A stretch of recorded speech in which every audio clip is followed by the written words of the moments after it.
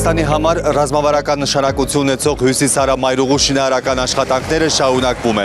Իրանի Իսլամական Հանրապետությունից սկիզբ առնող Հայաստանով շարունակվող եւ Վրաստանի սահմանին Բավրա անցակետում ավարտվող ճանապարհի ընդհանուր երկարությունը 560 կիլոմետր է։ Աշխատանքները ավարտվելուց հետո այն կկրճատվի շուրջ 90 կիլոմետրով։ Մայրուղու շինարարական աշխատանքները մասնակի ֆինանսավորում է Ասիական զարգացման բանկը։ Հյուսիս-հարավ ճանապարհային միջանցքի շինարարության ֆինանսավորման գործում կարևոր դեր է խաղացել Ասիական զարգացման բանկը։ Ժամանակակից ավտոմայրուղին Ագարակից մինչև Բավրա կկապի Հայաստանը, Իրանի եւ Վրաստանի հետ։ Ավարտված ու ընթացքի մեջ գտնվող աշխատանքների մասին մանրամասը ներկայացնում է ճանապարհային դեպարտամент հիմնադրամի գործադիր տնօրենի տեղակալը։ Էսպային Ասիական զարգացման բանկի ֆինանսավորմամբ Երևանից մինչև Գյումրի ընկած հատվածում ունենք 3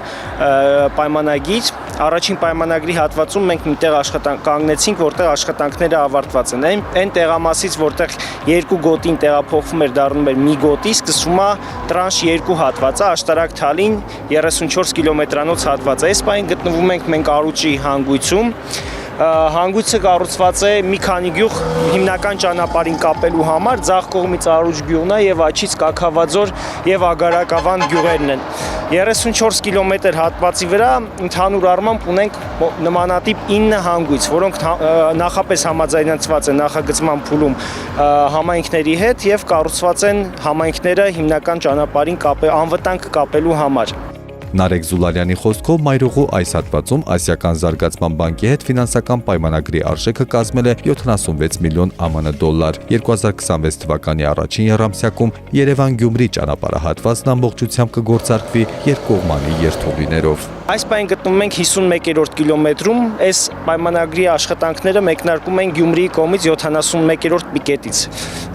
Ինչպես նկատեցիք, ճանապարհահատվածը անցանք, պատվածքի հետ կապված աշխատանքները մինչև այս հատված ամբողջությամբ ավարտված են երաշերտ ասֆալտապատումը, այս պայն իրականացվում են անվտանգության տարրերի տեղադրման, կողմնակների եւ ջրահեռացման համակարգի կառուցման աշխատանքները։